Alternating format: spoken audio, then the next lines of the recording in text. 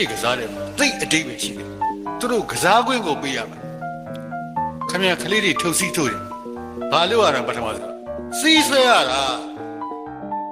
ကျင်ပေါက်တယ်ဘာလို့စီးဝမ်းရတာအဲ့ဒီစီးပြင်ထွက်ရင်ဘယ်လိုစီးတွင်းဝင်ဘယ်လိုအဲ့ခေါင်းစည်းကိုထိရင်ဘယ်လိုအလဲအစီးရင်ထိရင်ဘယ်လိုကိုစီကဒီစီးကကိုကလေးတွေဆွဲတာအဲ့ဒီတိုင်းပဲကျင်ပေါက်တဲ့အပြင်ထွက်သွားဆိုဒီကောင်ခါဆိုခံမယ်ဘာမှပြောမနေခံလိုက်ပဲကိုကကျင်ထွက်သွားတာဟုတ်သူကကလေးတွေဆိုကလေးတွေကသူတို့ဆွဲတဲ့စီကံသူတို့လိုက်လာတယ်လူကြီးတွေကသာကိုဆွဲတဲ့စီကမလိုက်လာရင်ရှိရမှာ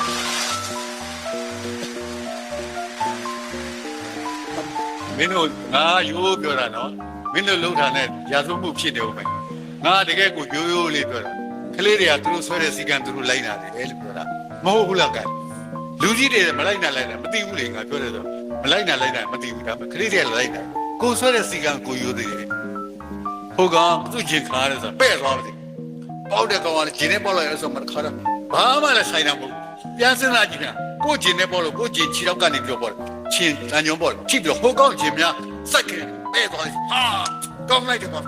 အမေကျင်လာလိုက်သေးတယ်နန်းတော့ဘာရတာရှိလို့ပွေးတာလည်းမဟုတ်ဒါပေမဲ့သူတို့မှအောင်နိုင်ရင်ဟောဆိုလူဟာလား